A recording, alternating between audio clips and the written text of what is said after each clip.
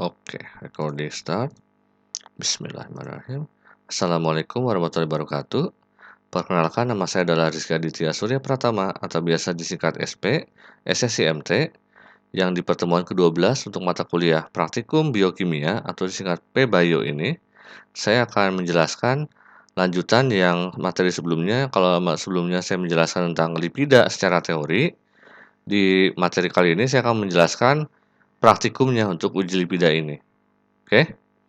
Sebagai permulaan mungkin ya ini untuk refresh saja. Jadi di praktikum ini saya akan menjelaskan tentang 6 uji ya untuk lipida ini secara kualitatif, yaitu uji kelarutan, uji akrolein, uji ketidakjenuhan lipid, uji ketengikan, uji Salkowski, dan terakhir uji Lieberman-Buchardt. Oke? Supaya tidak terlalu lama juga videonya, mari kita langsung saja.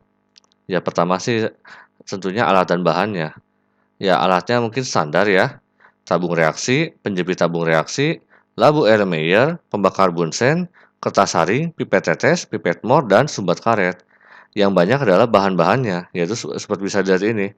Air, ether, kloroform, alkohol panas dan dingin, alkali, asam encer, minyak kelapa, lemak hewan, mentega, margarin, blue band, gliserol, asam stearat, asam palmitat, kristal KHSO4, pati, reaksi Joule-Hubble, minyak kelapa yang tengik, asam oleat, HCl pekat, fluoroglucinol, serbuk CaCO3, kolesterol, kloroform anhidrat, asam sulfat pekat, dan asam asetat anhidrat.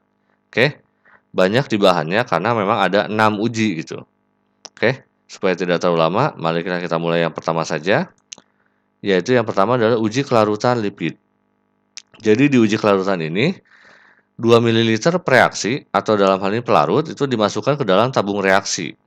Setelah itu sedikit demi sedikit bahan percobaan diteteskan ke dalam tabung reaksi yang sudah bersih dari pelarut sudah bersih dan ada pelarutnya. Lalu dari situ isi tabung dikocok dan pelarut yang digunakan adalah air, ether, kloroform, alkohol panas dan alkohol dingin, alkali dan asam encer. Sedangkan bahan percobaan yang digunakan adalah minyak kelapa, lemak hewan, mentega, margarin, gliserol, asam palmitat, asam stearat, dan asam oleat. Hasilnya, ternyata untuk kelarutan lipid dalam pelarut seperti ini. Jadi, bisa dilihat ya bahan-bahannya di sini, lalu untuk pelarutnya seperti ini. Hasilnya, untuk yang minus itu artinya tidak larut, yang plus artinya larut, dan yang plus-plus itu sangat larut. Jadi dari hasil percobaan, semua bahan itu tidak larut dalam air, karena semua bahan ini sifatnya non-polar, sedangkan air sifatnya polar. Lalu untuk di ether, ini sifatnya non-polar ya ether ini, sehingga semua bahannya juga larut, karena semua bahannya non-polar. Kloroform sama non-polar juga, dan kloroform merupakan pelarut sempurna, karena merupakan pelarut organik non-polar yang sudah lazim digunakan, sehingga plus-plus semuanya, sangat larut. Alkohol panas itu dapat melarutkan gliserol dan juga asam oleat. Jadi alkohol sendiri sebenarnya bersifat polar, tapi karena suhu panas, maka alkohol dapat melarutkan sebagian lemak dan minyak. Jadi dalam hal ini gliserol dan asam oleat. Alkohol dingin hanya dapat melarutkan gliserol saja gitu, karena gliserol memiliki 3 gugus hidroksil sehingga sifatnya cenderung polar. Oke. Alkali itu melarutkan gliserol karena dapat terjadi reaksi penyabunan antara gliserol dan alkali ini. Dan asam encer juga dapat melarutkan gliserol saja, sisanya negatif atau tidak larut gitu untuk bahan-bahannya ini. Oke. Next adalah uji akrolein. Jadi uji akrolein ini kita menggunakan kristal KHSO4 yang dimasukkan ke dalam tabung reaksi yang bersih dan kering, lalu kita teteskan sebanyak 3-4 tetes bahan-bahan percobaan ke dalam tabung reaksi dan kemudian kita panaskan langsung di atas apinya. Lalu kita cium baunya, bau akrolein yang berupa wujudnya asap putih yang berbau tengik. Kita bandingkan dengan bau SO2 dari karbohidrat yang dipanaskan. Nah, uji ini dilakukan terhadap minyak kelapa, lemak hewan, gliserol, asam oleat, asam stearat, dan pati. Hasilnya adalah sebagai berikut. Jadi bahannya seperti ini. pengamatannya yang bisa kita lihat seperti ini, ada asapnya dan baunya seperti apa, dan keterangannya ini. Untuk yang minus itu artinya tidak ada bau akrolein, yang plus itu ada bau akroleinnya. Semakin banyak plusnya, maka semakin bau akroleinnya. Jadi dari percobaan uji akrolein ini, gliserol dan pati itu dijadikan benchmarkingnya untuk hasil positif, yaitu gliserol yang membentuk asap putih dan bau tengik gitu. Makanya ini plus plus plus 3 karena baunya sangat tengik atau gambarannya itu seperti lemak yang terbakar. Sedangkan pati itu memberikan hasil negatif karena hanya menghasilkan asap dan bau manis biasa saja gitu. Kenapa? Karena di pati tidak memiliki gliserol dalam komposisi penyusunnya. Nah, minyak kelapa, lemak hewan, asam oleat itu positif terhadap uji akrolein ini karena semuanya mengandung gliserol sebagai komposisi penyusunnya. Sedangkan asam stearat negatif karena hanya mengandung asam lemak tapi tidak mengandung gliserol.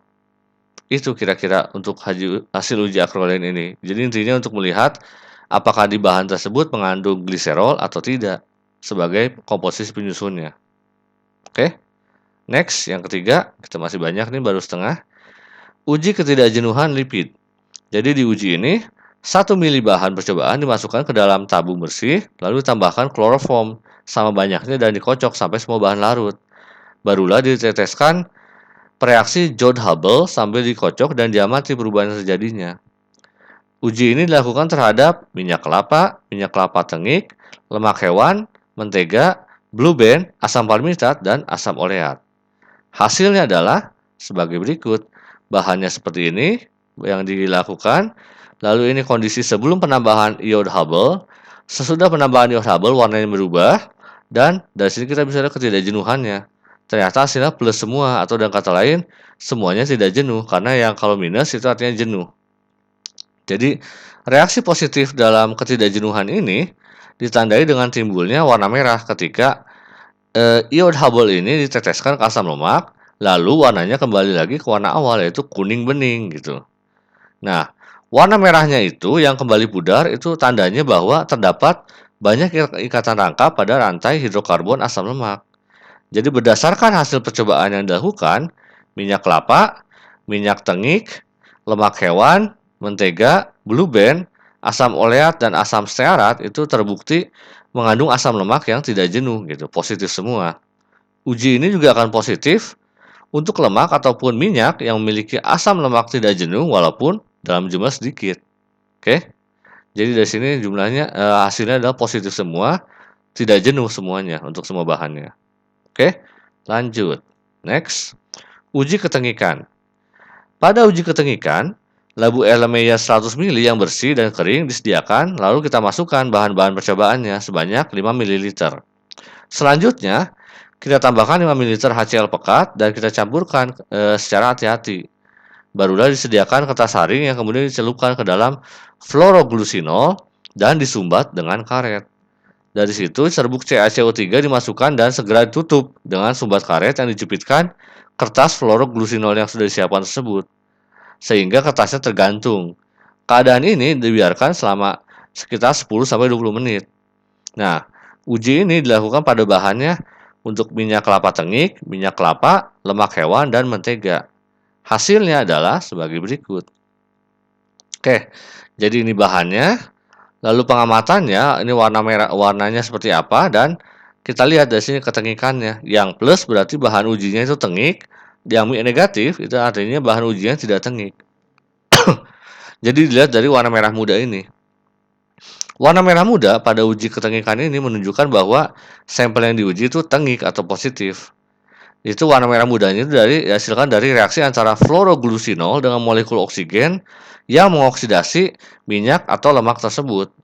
Dari hasil percobaan kita bisa tahu dari semua bahan uji hanya minyak kelapa tengik saja yang menunjukkan hasil positif bahwa dia tengik. Ya namanya juga minyak kelapa ini minyak kelapa tengik ya. Jadi bahan uji lainnya seperti minyak kelapa, lemak hewan, dan mentega semuanya hasil negatif, warnanya putih biasa saja.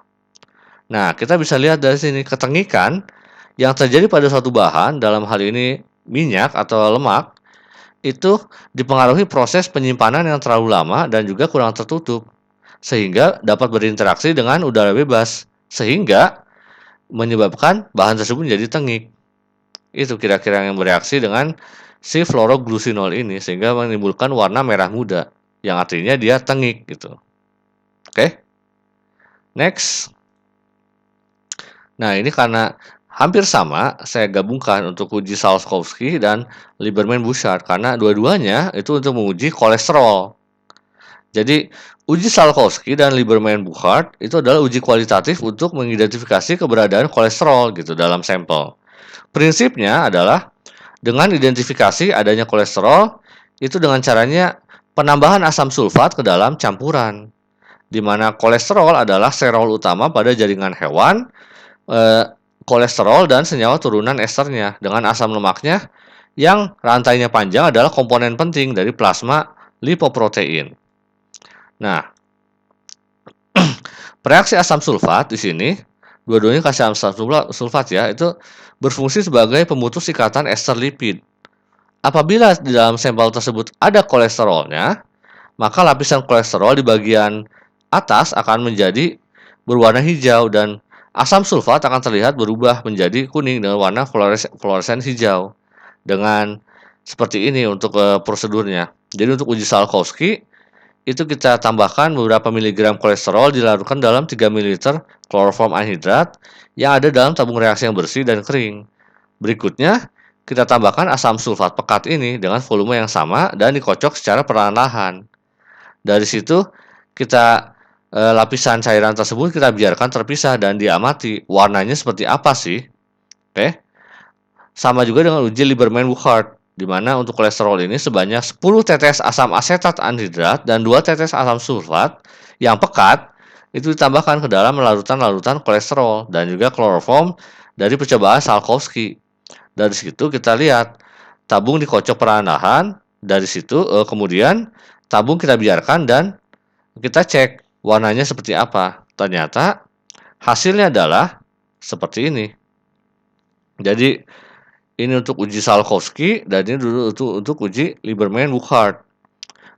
Jadi dari hasilnya pengamatannya uji Salkowski warnanya merah pekat dan hasil ujinya berarti positif mengandung kolesterol. Sama juga dengan Lieberman-Bouchard di mana pengamatannya hijau pekat, hasil ujinya positif atau dengan katanya mengandung kolesterol.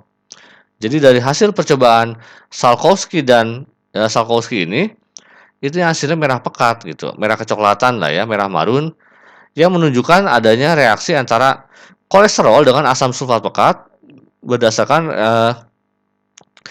di sini reaksi Salkowski ini. Sedangkan untuk reaksi uji Lieberman-Bouchard itu kolesterol yang dialurkan dalam asam asetat anhidrat dan ditambah asam sulfat pekat akan terbentuk warna hijau pada larutan. Ini dua-duanya sama, hasil ujinya adalah positif gitu. Dimana untuk Lieberman-Bouchard warna hijau yang terbentuk itu sangat pekat. Dan semakin pekat warna yang terbentuk artinya apa? Menunjukkan bahwa kolesterol dalam sampel yang diuji itu semakin banyak. Oke. Ini mungkin kurang jelas tapi ini warna merah pekat dan ini warna hijau pekat. Walaupun kalau dari gambarnya kelihatannya ya hitam biasa ya, tapi ini saking pekatnya berarti semakin banyaknya kolesterol dalam sampel. Kira-kira seperti itu. Oke. Jadi apa kesimpulan dari praktikum uji lipid ini? Ada 5 ya. Jadi bahwa lipid merupakan senyawa yang tidak dapat larut dalam larutan polar, tapi dapat larut dalam larutan nonpolar, contohnya kloroform. Lalu yang kedua, lipid yang memiliki ikatan akap atau double bond itu merupakan lipid yang bersifat tidak jenuh dan bentuknya cair pada suhu kamar. Nah, lipid yang tidak jenuh ini yang memiliki ikatan double bond itu mudah teroksidasi sehingga menimbulkan ketengikan. Lalu, lipid yang tidak memiliki ikatan rangkap merupakan lipid yang bersifat jenuh dan tidak mudah teroksidasi sehingga tidak menimbulkan ketengikan. Dan terakhir, kolesterol itu dapat diuji dengan uji Salkowski dan uji Lieberman-Bouchard. Itu kira-kira yang bisa kita simpulkan dari praktikum uji lipida ini. Oke? Sekian saja mungkin bisa saya jelaskan ya. Cukup banyak juga. Terima kasih banyak sudah menonton sampai sini. Jangan lupa klik like, komen, dan juga subscribe channel saya ini ya. Wassalamualaikum warahmatullahi wabarakatuh.